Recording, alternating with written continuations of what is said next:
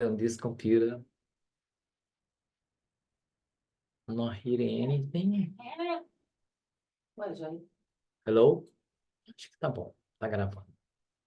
tá gravando? Então, tá. Tô ouvindo. Já tá gravando. É. Então, com vocês, a Paulinha. Obrigado, Paulinha. Obrigada. Está aqui.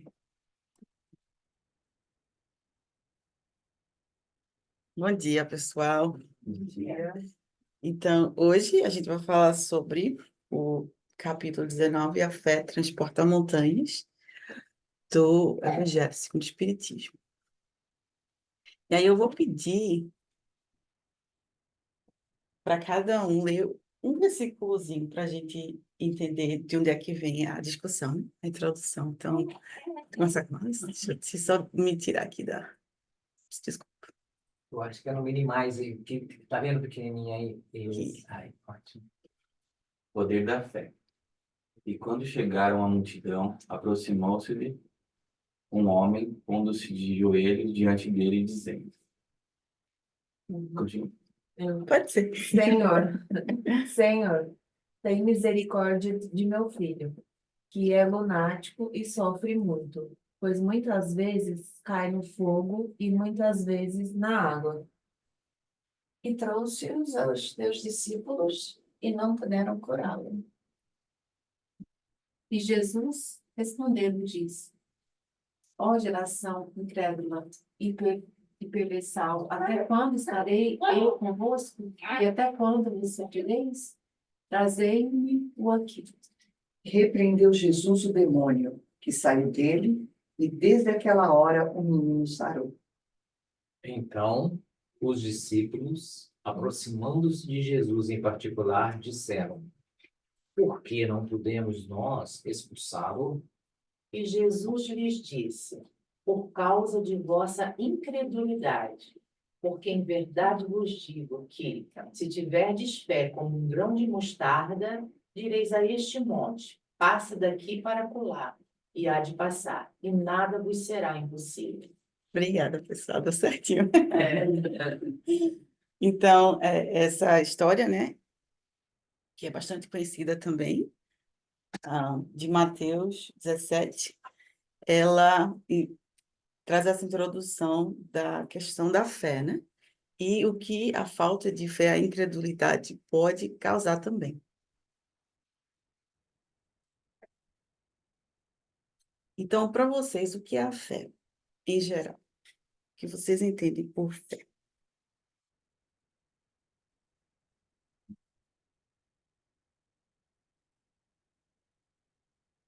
Eu acho que é algo que a gente não sei, assim, não tem, não é palpável, né? Uhum. Mas que vem de dentro, assim, que é inexplicável.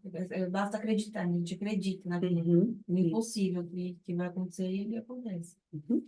Muito bem. Então, a fé é justamente essa questão da confiança, é isso? E no capítulo 19, ele explica que a fé, no sentido próprio, é essa confiança que pode ser nas suas próprias forças e o que nos torna capazes, né, de executar coisas materiais, e é algo que alguma pessoa que não duvide de sua fé, ela não tem condição de fazer. Então, essa questão da confiança, que você pode ter em si próprio, nas suas forças, que pode levar também à realização de objetivos seus próprios, né? Então, a fé, ela, quando ela é robusta, ela dá perseverança, energia e recursos que fazem com que a gente possa vencer obstáculos. E os obstáculos que nós temos que combater. E esses obstáculos podem ser pequenos como grandes. Então, com fé, você tem condição de vencer obstáculos grandes ou pequenos, né? E, diferentemente da fé, a falta de fé ou uma fé vacilante, nela que isso. Ela dá lugar à incerteza, hesitação, e essa incerteza abre espaço para que adversários possam manipular, né, a sua falta de confiança.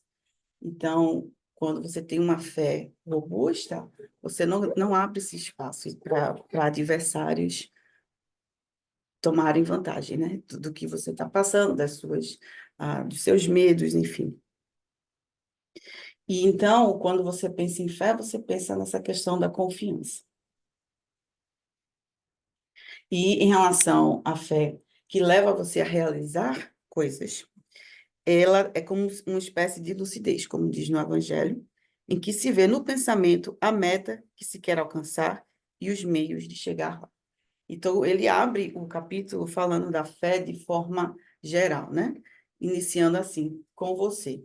A fé dentro de você, a sua confiança que não se abala. No Evangelho também eles explicam que a fé, ela é sempre calma quando ela é sincera, né? Então, a fé sincera é uma fé calma, é uma fé que, apesar das tribulações, você sabe que você pode ir mantendo essa fé, você sabe esperar, você aprende a esperar. E, nesse sentido, a calma, ela é um sinal de força, enquanto que a violência denota fraqueza e dúvida de si mesmo. Então, nessa questão da fé robusta, né? E eu acho interessante essa comparação com a fé que vacila, é justamente o grau de entendimento, né? Da força que você tem e em termos da fé vacilante, é uma fé que pode levar à violência. Então, quando ele explica essa questão da fé vacilante, me faz pensar quando as pessoas têm fé apenas quando as coisas estão indo bem, né? Então, tem essa questão de, graças a Deus, está tudo indo bem. No momento que acontece alguma coisa, acontece o desespero, a pessoa perde o chão. E aí é quando você tem que refletir sobre onde é que está a sua fé, né? A fé vacilante, ela depende do momento em que você vive, enquanto que essa fé robusta, ela vai manter você seguro na rocha, né? Paulinho, engraçado. Aquelas leituras que nós fizemos, fala da incredulidade. Isso, Então, quando a pessoa tem fé, mas se acontece alguma coisa errada, já perde todo, fica, isso, já diz assim, poxa, que Por que Deus comigo? malvado, por que comigo eu não isso, feliz? A pessoa exato, que não tem fé robusta, né? isso. E também na passagem, né, que os apóstolos perguntam, por que que a gente não conseguiu curar esse menino, né? E teve que levar para Jesus, para Jesus curar. Ele falou, por causa da sua incredulidade, da sua falta de fé na sua própria força, né?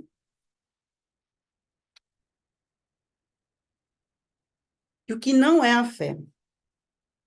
Eu acho interessante que no Evangelho, eles explicam, né? Kardec explica o que não é a fé, porque quando você fala de você confiar em si próprio, não é você se colocar na posição de Deus, não é você dizer, eu tenho fé em mim porque eu sou o meu Deus. Não é isso que que o Evangelho quer pregar. Ele coloca, no caso, que você ser presunçoso não é você ter fé, né? Presunção é vaidade. É você, como na foto está mostrando aí, o gatinho se vendo como um leão, é uma ideia errônea de quem você é, né? Você se colocar numa posição de superioridade que não é necessariamente um exemplo de fé. Você ter fé em si não é você se sentir superior a outras pessoas, ou você se sentir melhor, né? Você ter fé ou confiança nas suas capacidades é você saber que você tem condição de aprender, que você está aberto a isso. Então, a verdadeira fé, ela é uma fé humilde. E aquele que tem fé deposita mais confiança em Deus do que em si próprio, por saber que somos instrumentos da vontade divina e que nada pode ser sem Deus. Então, a fé, ela vem do divino, né? Não é você que cria essa confiança do nada, ela não brota do nada. Então, é você ter essa confiança de que vem de Deus.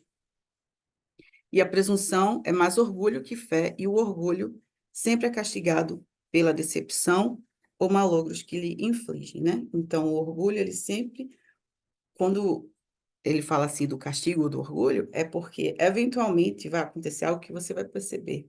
Eita, eu estava errado, né? Então vem a decepção, ou vem as consequências negativas do orgulho. E a impaciência é outra reflexão da falta de fé, porque, como a gente está falando, nos momentos difíceis, né, a gente quer que a dor passe. A gente não pensa, ai, talvez eu esteja passando por isso porque eu tenho que aprender alguma coisa. A gente pensa, pelo amor de Deus, me livra disso, né? Sai daqui, eu não quero mais passar por isso. E eu lembro quando a pandemia tinha começado e estava aquela agonia na internet, então você via a fé vacilante ali muito forte, né? As pessoas compartilhando muita coisa que dava medo, ansiedade. E vamos dizer assim, que é normal em termos, eu acredito, evolutivos, que a gente não queira passar por dor, a gente queira evitar a dor, mas, mas o que o Espiritismo, né, o que Jesus veio trazer para a gente é que nesse processo a gente está aprendendo. Então, quando a gente, ao mesmo tempo que a gente busca as soluções, que é essa questão da confiança, né, você buscar soluções para os problemas que talvez você esteja passando, quando você não encontra, é porque realmente deve ser algo ali que você precisa aprender daquela situação, né? E é ter essa fé de que, e a paciência necessária para passar por essa dificuldade ou desafio. Mas isso não impede, obviamente, que você busque soluções para resolver, né? Né, Luquinhas? É muito lindo. Paulina, você viu Sim, a janelinha que apareceu aqui? sim, tá aqui, eu só minimizei, Ah, tá. mas está aqui. Não, tá. Agora tenta no próximo, no próximo. Aí, Aqui. ela quer te ver 2 vezes, Não, é para depois. Tá por certo. causa da gravação. Ah, certo. Você tá aparecendo o Jane ali. Tá pegando Jane falando. Ah, sim. Jane falando. Tá certo. Vou manter.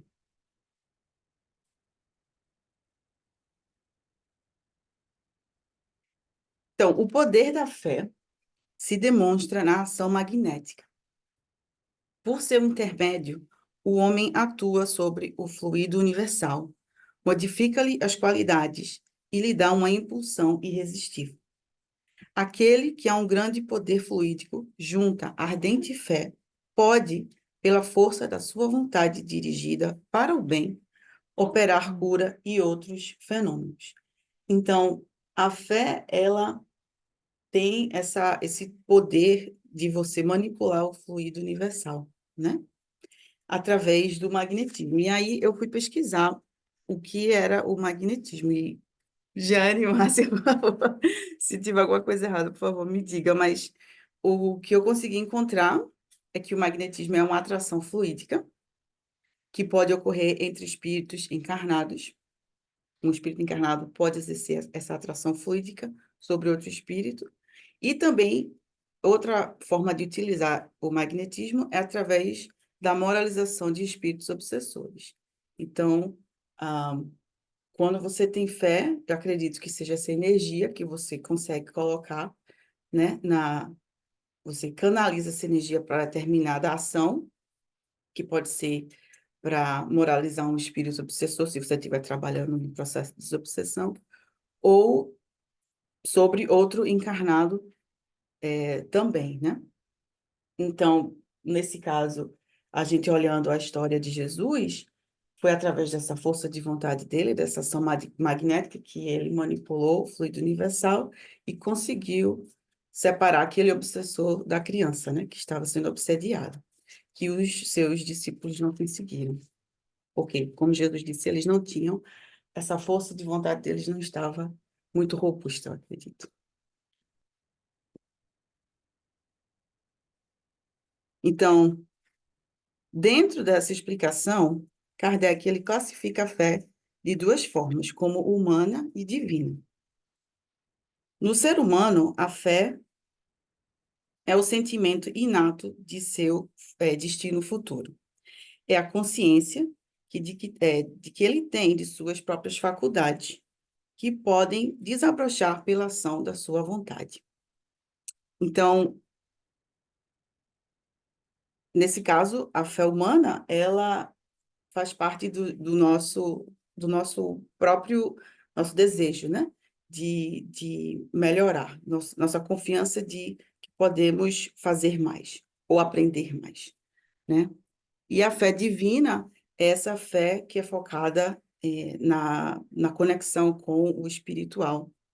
Então, ele diz que a fé humana ou divina, ela pode existir conforme o ser humano a aplica à satisfação de suas necessidades terrenas ou às suas aspirações celestiais e futuras. Então, o que eu penso assim é que Deus coloca na gente a confiança em nós mesmos. Ele quer que a gente confie na gente, né? Para o nosso próprio crescimento, porque quando você não tem autoconfiança, você pode passar por muito maiores dificuldades, se colocar em situações muito mais difíceis. Então, a fé, ela tem esse poder de você ter confiança em si e ter esse relacionamento com o divino.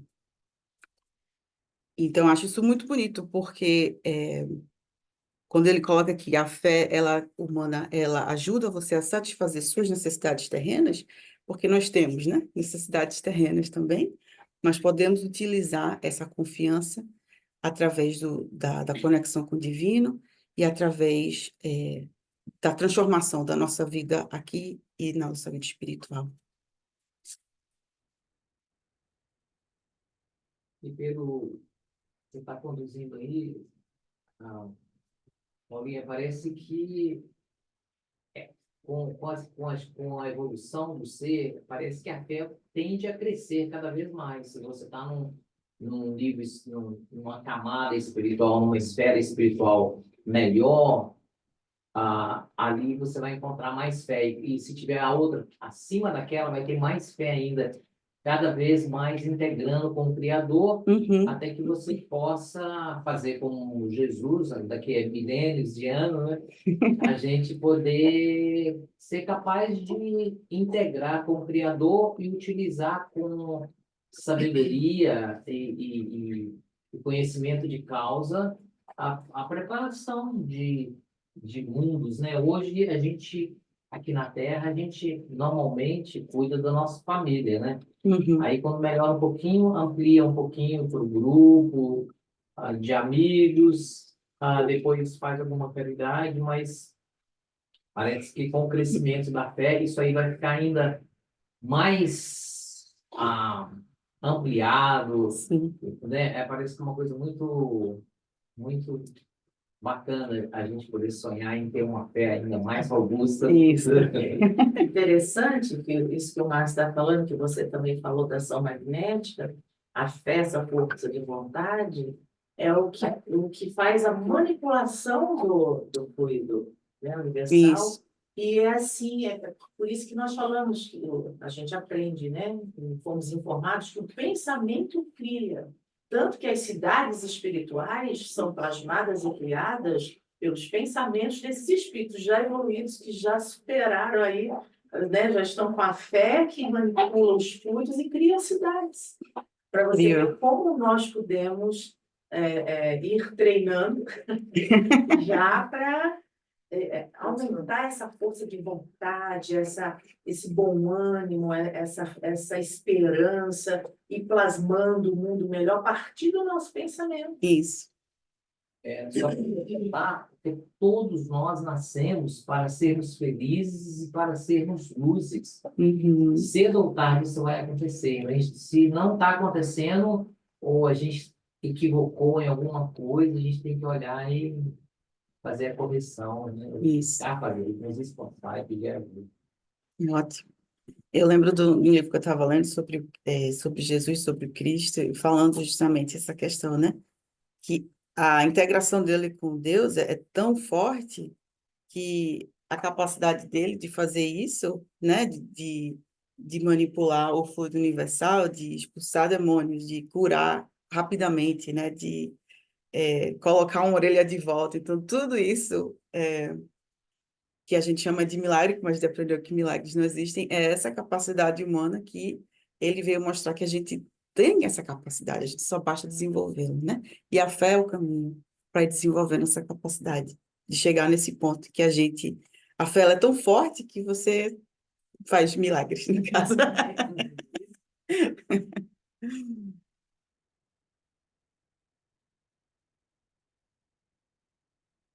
E aqui tem também do capítulo, né?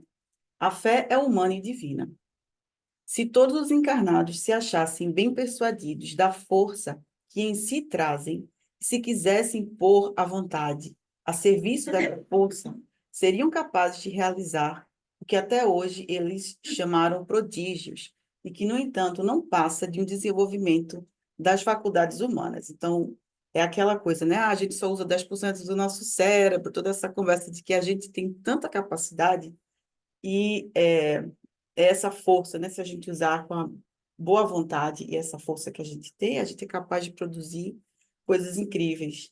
E o que a gente chama de prodígio, pessoas extremamente inteligentes, né? Aquela coisa que a gente fica, nossa, de onde é que veio? É essa capacidade humana que todos temos, a gente só tem que ir desenvolvendo, né? Com a fé. E com a fé. Isso. Que faz parte para mim da boa nova que Jesus tem para trazer, né? Vocês têm tanta força e vocês têm que aprender a usar essa força, né? Tem que ter vontade, porque tem o livre-arbítrio também aí, né? O que é bacana também é que a gente não está sozinho, né? Uhum.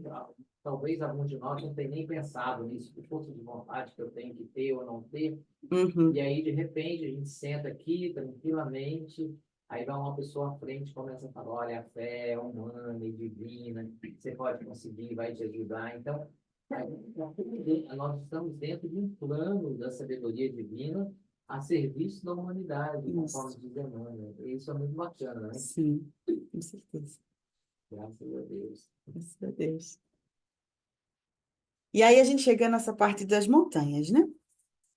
Quais são as montanhas a que Jesus se refere? Quando ele fala dessas montanhas que nós podemos deslocar. Então, eu coloquei aqui alguns exemplos do Evangelho, né? As nossas montanhas, dificuldades, a má vontade, resistências, egoísmo, cegueiras, preconceitos, paixões orgulhosas, né? Então, essas são algumas, né? Já são bastantes, mas já são algumas das montanhas que barram o caminho de quem trabalha pelo progresso da humanidade, né? Então, as montanhas que nós precisamos, através da fé, nós temos condição de superar, né? Pelo progresso da humanidade, porque a gente não está aqui para trabalhar só para a gente, né? A gente está aqui para, através do nosso serviço que a gente se melhora, né? Através da doação, a gente se melhora, de doação de perdão, doação né, de amor, de carinho. Então, são essas montanhas aí que são montanhas, como é que eu digo, difíceis, né? Acho que é Paulo que diz que ele, o apóstolo, né?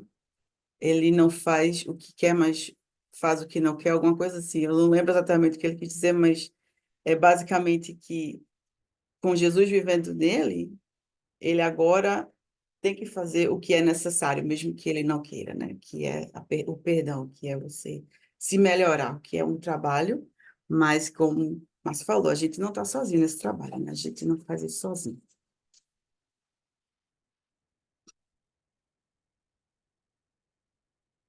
Então, a fé religiosa, porque a gente falou até agora, né? Da fé, da confiança em geral, e aí a gente entra agora na parte da fé religiosa. E quais são as condições da fé inabalável? Então, do ponto de vista religioso, a fé consiste na crença em dogmas especiais que constituem as diferentes religiões. Sob esse aspecto, a fé pode ser cega ou raciocinada. Então, a fé cega nada examina. Ela aceita, sem verificação, o verdadeiro como o falso. E a cada passo se choca com a evidência e a razão.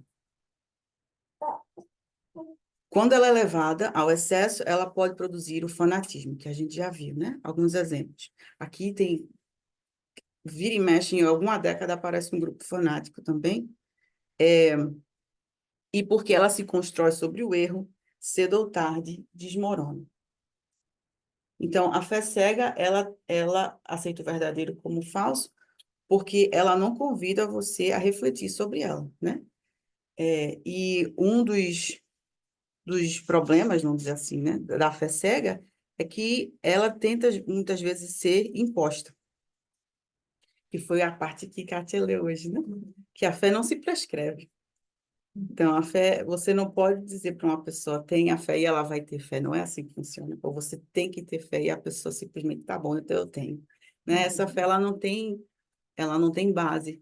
Por isso que ela sofre o risco de aceitar o verdadeiro como falso e se choca com a evidência, né? Porque, às vezes, quando você fala em fé cega, é aquela coisa de que você traz um argumento, olha, mas ó, acontece desse jeito.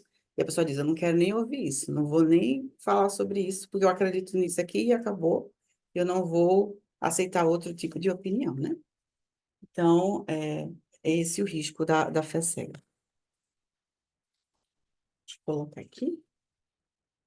Qual é o outro lado aqui da história? É a fé raciocinada, que se baseia na verdade e por isso não teme o progresso, né? Então, a fé raciocinada se apoia nos fatos e na lógica e encara de frente a razão.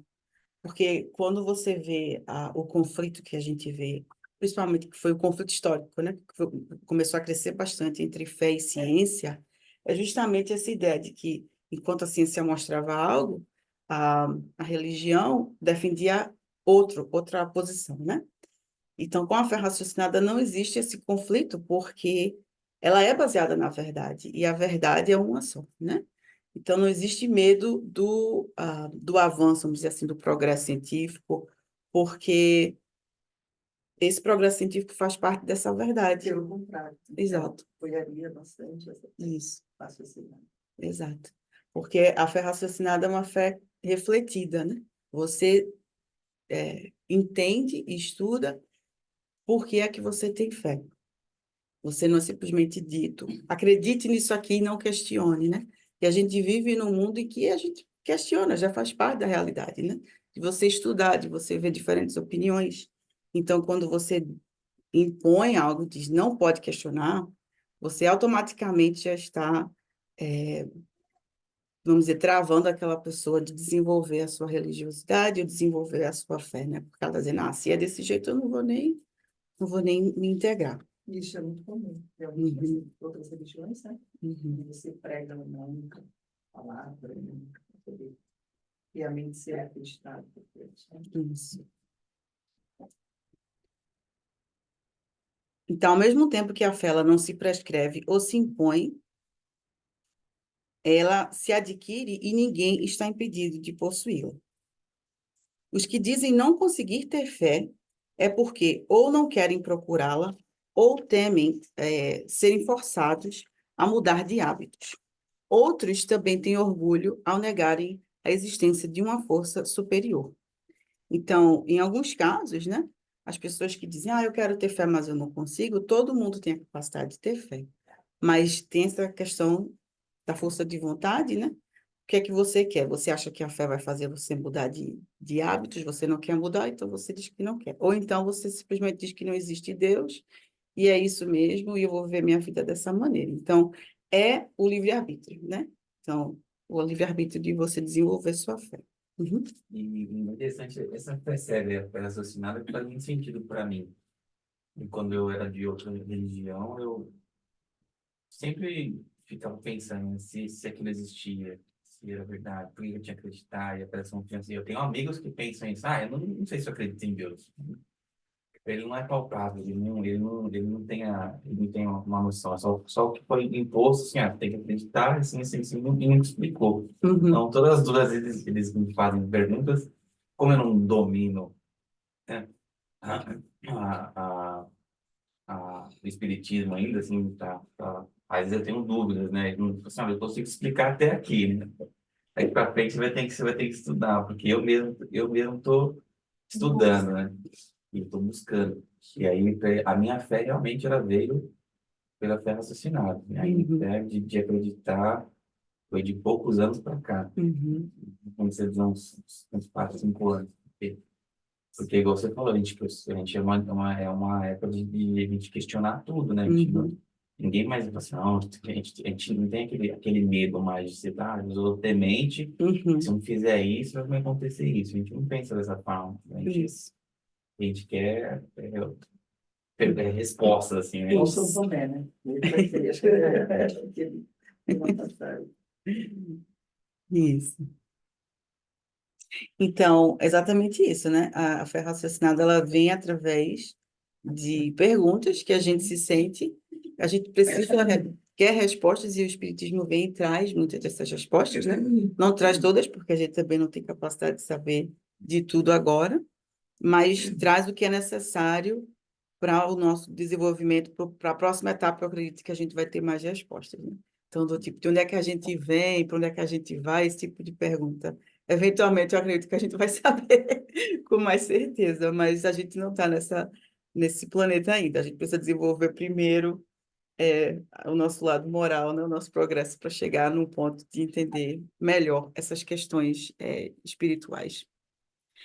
E em relação a isso, enquanto que tem pessoas que duvidam, né, não desenvolvem sua fé, outras você vê que a fé é praticamente inata, basta uma fagulha para que ela se acenda, né? E isso tem a ver com o progresso anterior daquele espírito, né? Então, um espírito que provavelmente já vem desenvolvendo sua fé em outras encarnações, chega nessa e é apresentado e aceita com muita facilidade, porque é algo que ele já vem desenvolvendo.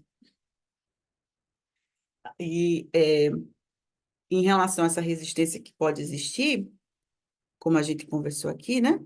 Ela pode vir da maneira como eles foram apresentados a essa fé. Então, a pessoa é apresentada de uma forma, ela discorda daquela interpretação e acaba resistindo à ideia de fé por isso. Porque para ter fé é preciso compreender. Mas há dogmas de fé cega que repelem a maioria dos incrédulos. E o Espiritismo, ele então vem para triunfar sobre essa incredulidade quando não há oposição sistemática, ou seja, tem pessoas que realmente não querem entender, né? Não vêm com uma boa intenção, elas querem debater ou, vamos dizer assim, de alguma maneira desrespeitar, essa realmente você não vai... Não, Eles querem diminuir, né? isso. E aí você já vê que existe uma intenção, mas quando a pessoa vem com a boa intenção de querer aprender, né? E você tem condição de explicar, você vai mostrando o que é, vamos dizer assim, através do espiritismo, como é que funciona a vida e como é que a gente deve trabalhar a nossa fé. Então, a fé como mãe da esperança e da caridade. Para ser proveitosa, a fé tem que ser ativa. Ela é mãe de todas as virtudes que conduzem a Deus. A esperança e a caridade são originadas da fé, formando uma trindade inseparável. Inspiração divina, a fé desperta instintos nobres que nos caminham para o bem. É a base da regeneração. A nossa fé deve ser mais forte que a zombaria dos incrédulos, visto que a fé que não afronta o ridículo do ser humano não é fé verdadeira. Então, eu achei essa colocação bem interessante, porque como a fé, ela renova, ela regenera, né? Ela tem esse poder, você se separa, vamos dizer assim, de uma realidade, você começa a se tornar alguém diferente de quem você era. Então, aquele mundo em que você vivia começa a não fazer mais tanto sentido. E é nessa parte de você afrontar, vamos dizer, o ridículo, né, do ser humano, através da sua fé, é porque os seus valores começam a se modificar, né? E aí você vai provavelmente sofrer pressão de, vamos dizer, de outros grupos ou da realidade de Oceano, já confundi com o inglês aqui, entrou na cabeça. Mas eu achei interessante isso, é que através dessa regeneração da fé, você se torna uma pessoa diferente e você provavelmente vai sofrer algum tipo daquelas pessoas que não concordam com a sua transformação, elas vão colocar determinada pressão ou vão fazer questionamentos ou críticas, que querendo ou não, você em se transformar, você vai afrontar aqueles valores que não mais pertencem a você, vamos dizer, né? Que você está se afastando deles. Então, eu achei isso muito interessante, porque é você se tornar confortável com esse desconforto, de que você já não mais cabe naquele universo que você está se transformando, né? E para o que vai zombar de você, como ele bota aqui, a zombaria dos incrédulos, é aceitar que é tudo bem, você vai zombar, fico com Deus, eu vou orar por você e vou seguir minha vida, né? Então, a fé sincera, ela é empolgante e contagiosa e se comunica com os que não a têm. Então, essa questão de você ter a fé ativa, quando você vive essa fé, você vira o exemplo dela, né? E aqueles ao seu redor que não têm a fé muito desenvolvida vão olhar para você, nossa, o que é que você tem aí, né? Por que é que você é desse jeito? Sua vida, sua forma de viver parece ser tão mais leve. Então, você meio que vira esse exemplo para outras pessoas. Enquanto que a fé superficial não produz transformação ou despertar. Fica só na superficialidade, né? Das palavras, mas que a ação não está ali. Paulinha, tá? Isso aí é um ponto importantíssimo que está colocado aí nesse slide, porque eu, sinceramente, depois de mais de 20 anos de doutrina, isso me tocou bastante nos últimos 2 meses, porque a caridade sem fé não é caridade. É trabalho filantrópico, trabalho Uhum. solidário, e nem a esperança sem a fé, a esperança sem a crença, ela é quase uma ilusão ou uma abordagem científica, assim, Uhum. porque a fé é a mãe da esperança e da caridade. Esse Uhum. é um dizer, né? Isso. Então, se a pessoa não tem fé, ela não pratica a caridade conforme nos moldes corretos da caridade, conforme entendia Jesus, e nem tem esperança. Eu acho que isso aí, esses 3 palavrinhas aí, é um ensinamento maravilhoso. Sim, com certeza. Senão, caridade vai ser solidariedade. Você tem que ter uma crença, tem que trabalhar. Isso. Exato. Então, o Espírito José, no Evangelho segundo o Espiritismo, nos convida a termos a fé que contém o que é belo e bom, com pureza e racionalidade. Pede para que a gente não aceite a fé cega, sem comprovação, e para amarmos a Deus sabendo por que o amamos e por que acreditamos nele. Que nós temos a oportunidade de todos os dias de ver, né, a presença divina em nossas vidas. Mas, estudando, a gente vai aprofundando esse conhecimento e aprofundando a nossa fé. E aí, para terminar aqui, a parábola da figueira, que também faz parte do capítulo. E eu vou ler aqui. E no dia seguinte, quando saíram de Betânia, teve fome. E vendo de longe uma figueira que tinha folhas, foi ver se nela acharia alguma coisa. E chegando a ela, não achou senão folhas, porque não era tempo de figos. E Jesus, falando, disse à figueira: Nunca mais coma alguém fruto de ti. E os seus discípulos ouviram isto.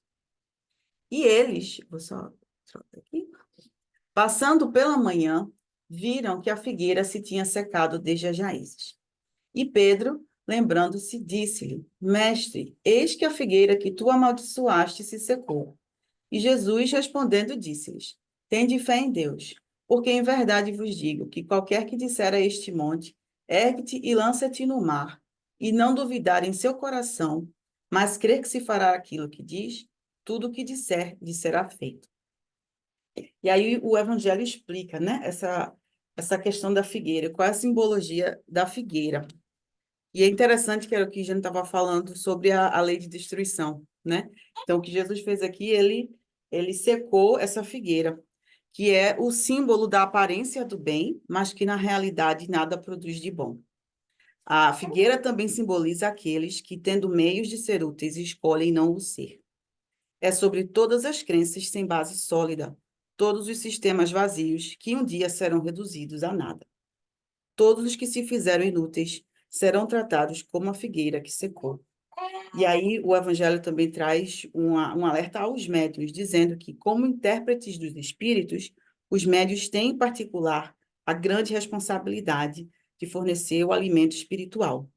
E estão em todos os países, em todas as classes sociais.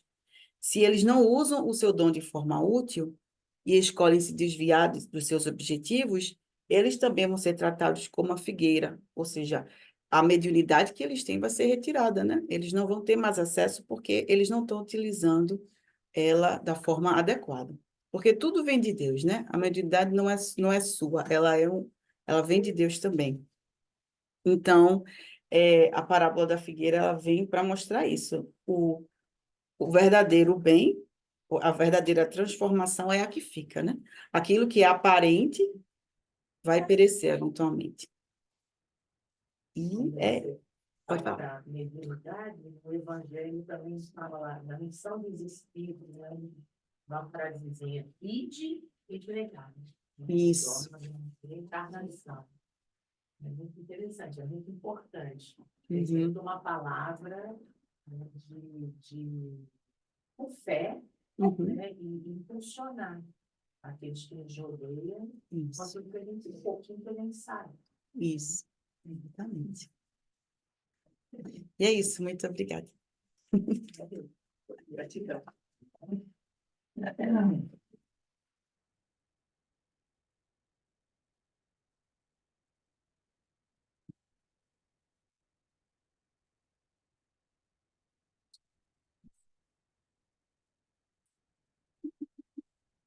Nós agradecemos a Paula por estar aqui conosco hoje e agradecemos as opiniões aí, as participações da internet. O Mário Castro deu algumas participações, ele diz aqui, ah, bom, eu não lembro mais onde ele colocou a Audrey também colocou. Mas obrigado pelas participações e vamos passar para a Jane, vamos só parar onde a gente estava. Stop